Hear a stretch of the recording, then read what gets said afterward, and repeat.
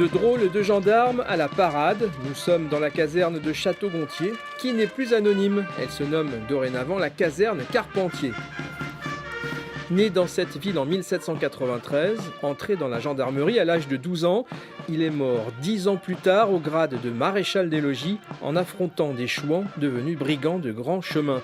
Alors pour ce baptême, cette association nationale agrémente le décorum, mais loin du folklore ou de la seule nostalgie, la prestation est très sérieuse.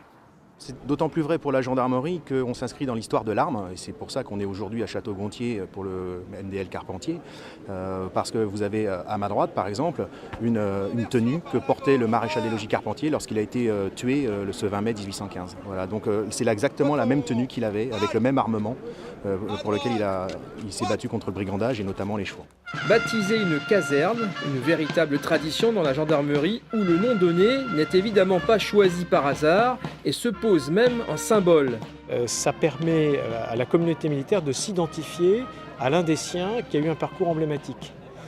Et je crois pouvoir dire que la vie du maréchal des logis Carpentier sous le Premier Empire, la manière dont il a servi et dont finalement il est mort au champ d'honneur constitue un exemple, une référence pour l'ensemble des militaires de la compagnie de gendarmerie départementale de Château-Gontier.